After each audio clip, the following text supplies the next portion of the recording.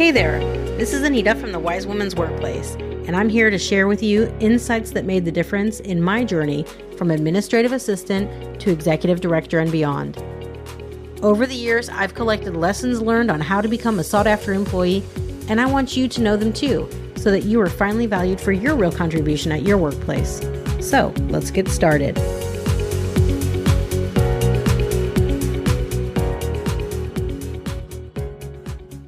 Hi, this is Anita Belletz from the Wise Women's Workplace podcast. And in today's episode, I want to share with you why dream jobs are so important. I'm going to share with you an interview that I did recently for the Dream Job Conference.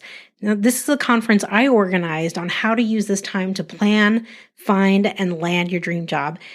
And during the interview, I'm going to explain why dream jobs are very important to our career evolution, actually. You're going to hear in the interview that I invite you to reach out to me if you want to talk about your own challenges. Now, even though the conference is over, I do want to make this option available to you because I know myself what it's like to be in what I call career confusion. So please don't hesitate to take advantage of that offer if it can help you. If you listen to the end, I'll explain to you how you can do that. Okay? Now, enjoy the interview. Hello, everybody, and welcome to the Dream Job Conference. This is Anita Belletz, and how to use this time to plan, find, and land your dream job. Today, the tables are turned, and it's actually me who's going to be interviewed by Didi Kisau. Didi, do you want to maybe tell everybody a little bit about yourself before we get started? Sure. Thank you, Anita. It's a delight to be here. I'm from the West Coast, California, to be exact. I am a professionally trained auctioneer, fundraiser, and that little bit of radio and TV that I did a long time ago, Anita thought we'd tap into that, and I'll be giving her the questions today as we move forward. So, Anita Belletz is a coach and mentor to high-performing executives and aspiring executives to help them find the path to a lucrative and enjoyable career. Drawing on her 20-year experience of working with high-profile leaders in finance, she uses a unique combination of neuro-linguistic programming and executive mentoring to guide executives through the process of cultivating their professional worth and embracing a life that will make them happy. She is a host of the Wise Women's Workplace podcast and speaks on career advancement and conscious leadership. Anita holds a master's degree from the University of Rochester's Simon Business School and an EMBA from the University of Bern. She's super smart. And Anita, tell us, why did you decide to host this conference? Oh, thanks so much, Didi. Okay, why did I decide to host this conference? I guess it comes down to two things. The first one is really about the overwhelm that people feel in the career transition process. So often what happens is people think that it's just down to updating their resume and trying to get an interview and just being able to change their job. But the truth of the matter is that a career transition is more like a journey. There's lots of different things that need to take place. And the truth is that the better prepared that you are, the easier your transition is going to be. And the second reason that I wanted to do this conference really has to do with what's going on right now with the pandemic. So what we notice is that a lot of people are having problems because the confinement came on so quickly. People had to rush basically home, and they had to start working in conditions that were pretty difficult. So they had to maybe do homeschooling or work with their partner. There's a little bit of too much togetherness going on, and eventually what happened was they worked out the kinks. And during the confinement, people have had the time to, on the one hand, slow down and come back to being with family, meeting family, learning to be together and getting along differently. And they've had time also to think a little bit about what's happening in their life. And they're thinking about some of the bigger questions that are brought on by this kind of a challenging situation. And so now I kind of fondly call this coming out of the COVID fog. I'm not really sure that we're coming out of the fog, but what I do know is that there's not yet a new normal, and people are feeling a lot of upheaval in the workplace and are looking for answers to questions that they have about how they can actually do something differently in their career so that they can kind of benefit from things like partially, working from home or something like that. And they just don't know where to turn to find answers. So this is why I wanted to do the conference. Well, I think the conference timing couldn't be better as this is lifting. These are all the things that people are thinking and they don't know where to turn and what questions to ask. So, on that, how did you decide the topics to cover during this conference? Well, the thing is that, before I said that a career transition is kind of a journey. And the thing is that a career transition process has so many moving parts. And it doesn't have to be overwhelming, because if really people did the work that they should be doing on a regular basis to, update their resume and be able to speak about themselves confidently and network and reach out to other people, that would be great, but that's not usually what's happening. And so the problem is when people decide that they want to make a change, they actually suddenly get overwhelmed by what's happening and there's too many things. And so they just really feel like they're stuck, to be honest. And so the experts that are speaking in the conference, they're really trying to address the biggest challenges that we know that people are facing. So it could be the bigger questions like, what should I do with my career evolution? Or maybe they're thinking about things like, I'd like to make a change, but I don't know how, because I think financially I'm not set enough to do so. So it's pretty scary.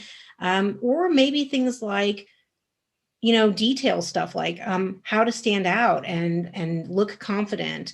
And finally, really to negotiate and get that new dream job. Dream job, you say? Is there really such thing as a dream job, Anita?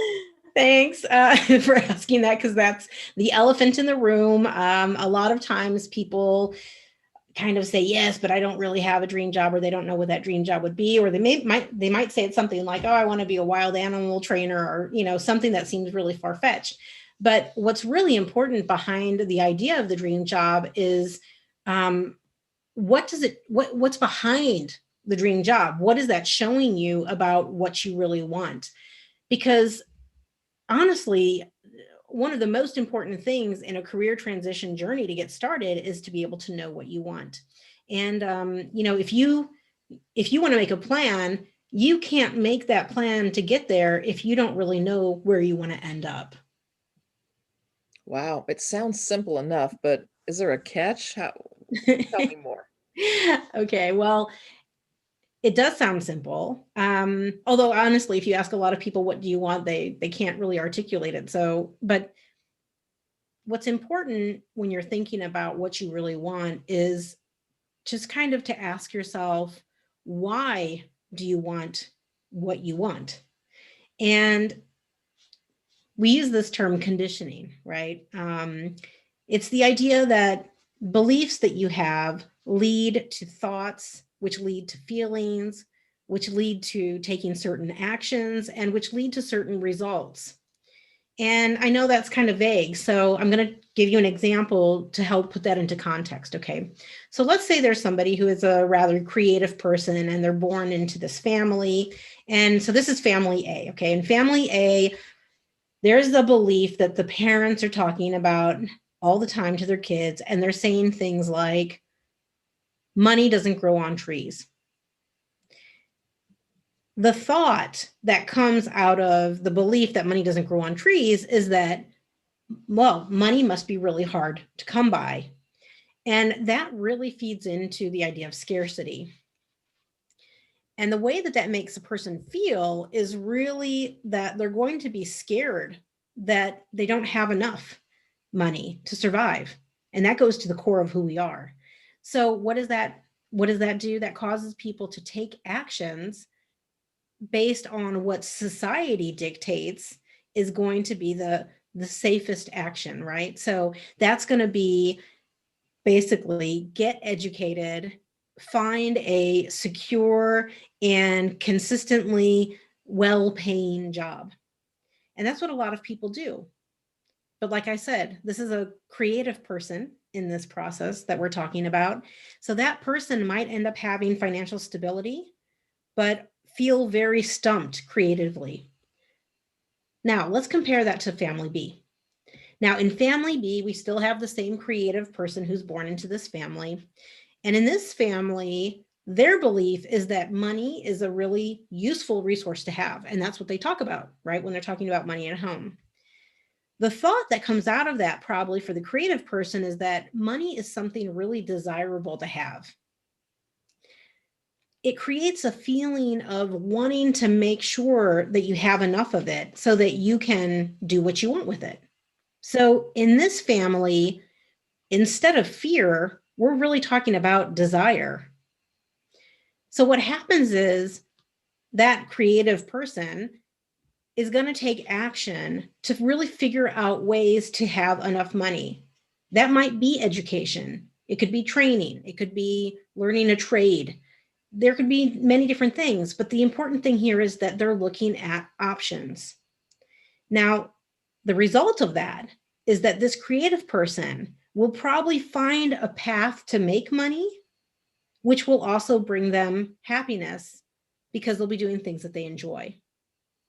So there's two very different feelings between the family A context and the family B context. And so what does that mean? Why should you care about that? Well, once you understand what's behind what you want, you can actually work on what you truly want for yourself and on getting there. Fascinating. I've taken a lot of notes. I'm certain our studio or people viewing this have taken notes and are totally inspired. We want to know more. So where can people go to find out more, Anita? Well, so to get started really in the process, there's quite a few different aspects that people need to look at to be able to understand, what's behind what they want. And two of the most common concerns, let's say, that come up for people are really finances and their professional context. So let's first talk about finances. So I think the first question that people need to think about in terms of their finance is, how much money do you really need? Now, of course, we need to know how much we need in terms of, food and shelter, right? Existence. But what I want people to think about is what role money actually plays in your happiness. Now, some people, they don't need a lot of money to be happy. Other people, if they're truthful with themselves, need money to be happy. They need to be able to have the freedom. They need to have reassurance. They need to be able to buy what they want when they want. That's an important part of their life, which will make them happy. So they need to try to put a number to that so that you don't feel like, if you give yourself a budget, that you're living in scarcity. You can actually plan in enough of a margin that you can allow yourself some joyful moments, right? Even in a budget. The other question about how much money do you really need, I want people to try to go to the other end of the spectrum on this one. And I want them to ask themselves, really, what is the maximum amount of money that they can really earn? And that's a very interesting question, because essentially what happens is people will start to tell you things like some people it's 100,000, other people it's 200,000. You get to 250,000 or 300,000, and a lot of people are starting to say, I can't earn more than that. And you say, why not? And they said, my job won't pay more than that. So it's really important to know what is your maximum earning amount that you feel comfortable with, and that will give you some clues. Now, the second question in the finances is, how much money do you really want? Now, this is a little bit different than what you need. What you want is a question which often opens up a lot of resistance for people, because the truth is that a lot of people want a lot of money, but that they don't want to admit that they want a lot of money. Now, if you're in the family A that we talked about earlier, right, where money doesn't grow on trees, maybe you think earning a lot of money makes you greedy, for example. But if you're in this family B, where we're talking about money being a resource, you can actually look at things differently. So having a certain level of money will allow you to have a certain level of comfort in your life. And this is important. So yes, lifestyle is an important issue. This is something where you can have a healthier and happier lifestyle, and this will make you a better person. You'll actually have the means to make yourself feel better and look better and just interact better with other people.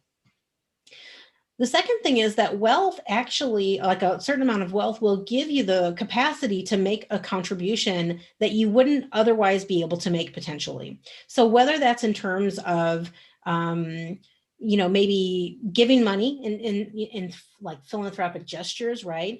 But it can also be in things like you have enough money to give yourself the freedom to spend time or give your mental energy to certain problems that exist, right? So you can actually focus on maybe improving the world rather than just improving, your bank account, let's say, right?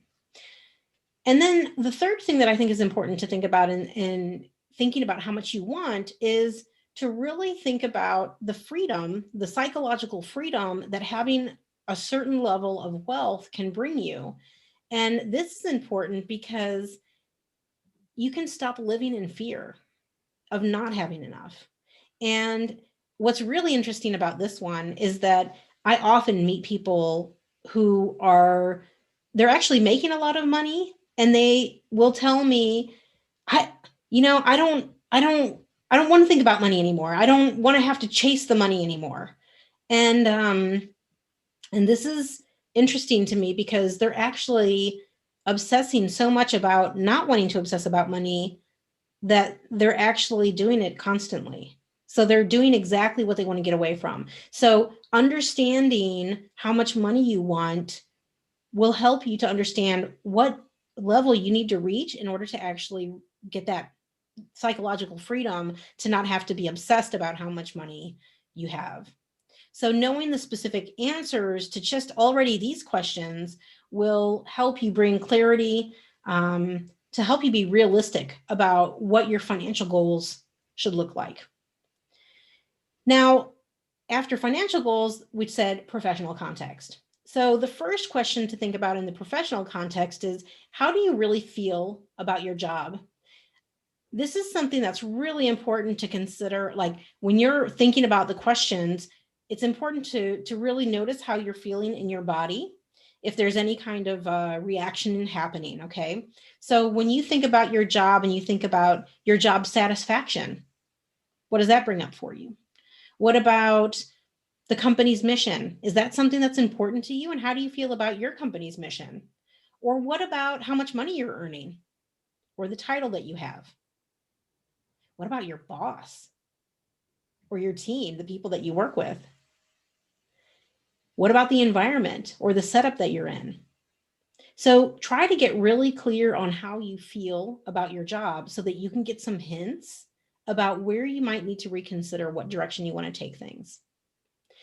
Now, the second question that I love to ask people is, why do you do what you do?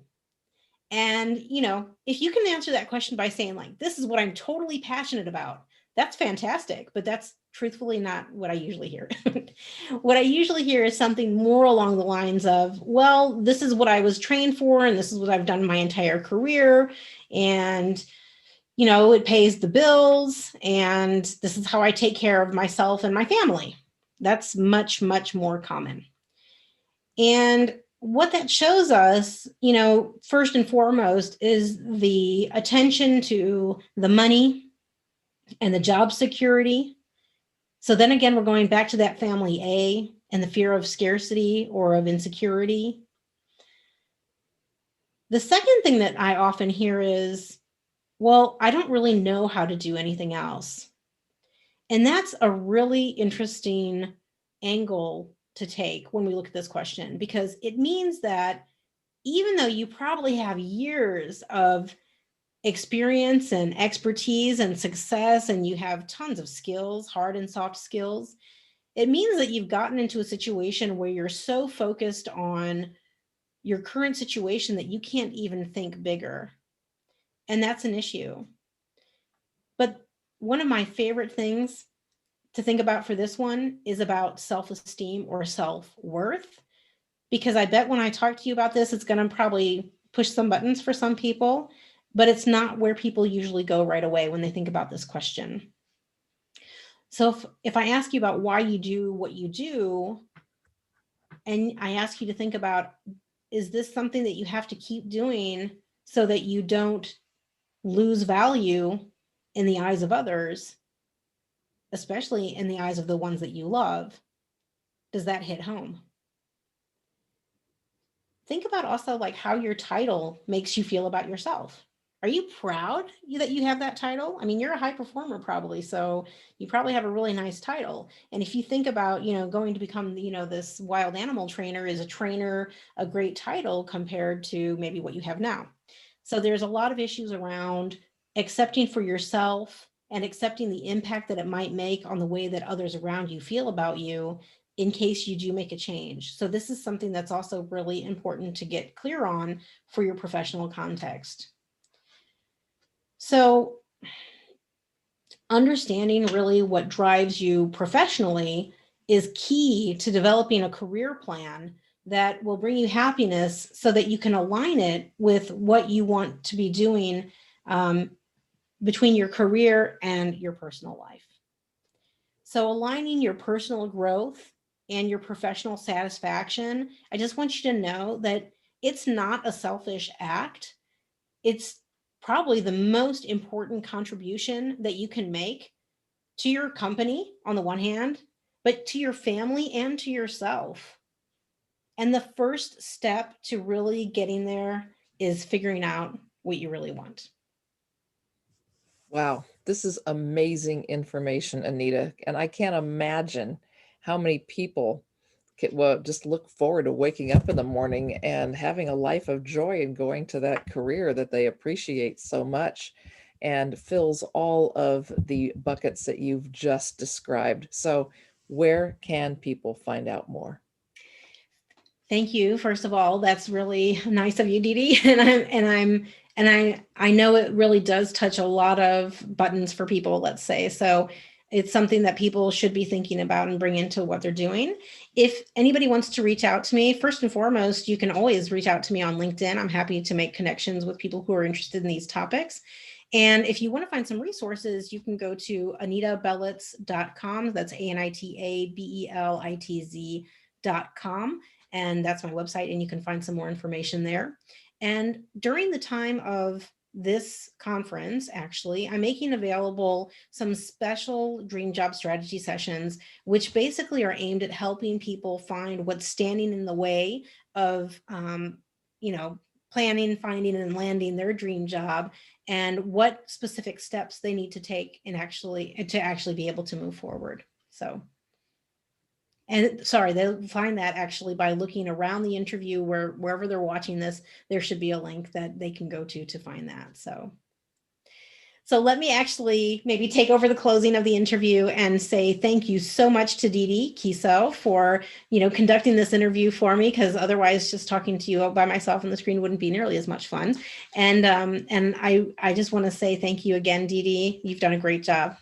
You are so welcome. It's a pleasure to serve you and your community. Thank you. Goodbye, everybody.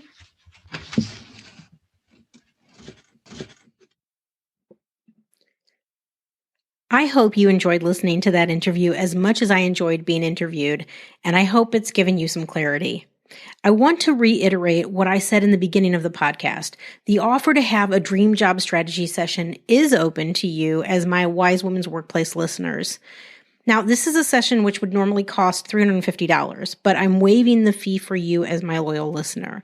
So if you want to take advantage of the offer to talk about what's standing in the way of you and your dream job and the steps that you can take to plan, find, and land it, don't hesitate to go to www.dreamjobconference.com/strategy session and sign up for a free session. I'm always happy to share this information with you, and if you have any questions or suggestions for the podcast, please don't hesitate to reach out to me. You can easily contact me through my contact form on my website, AnitaBelitz.com. That's ANITABELITZ.com. Now keep your ears open, as there will be more episodes like this coming your way. And if you like the sound of the conference, you can find out more on www.dreamjobconference.com, and you can sign up to be informed when the next one will take place. It is a free event, allowing you to hear from specialists about how to use this time to plan your transition, to find a job that's a good fit for you, and what it takes to land your dream job. So if this sounds useful to you, head on over to dreamjobconference.com and sign up for the reminder. I would absolutely love to have you join. All right, as always, if you really want a career and a life which makes you happy, please be very mindful of what you're doing and take deliberate action every single day. Make sure you're always looking after yourself, including in your career, and don't just survive, but take steps to thrive.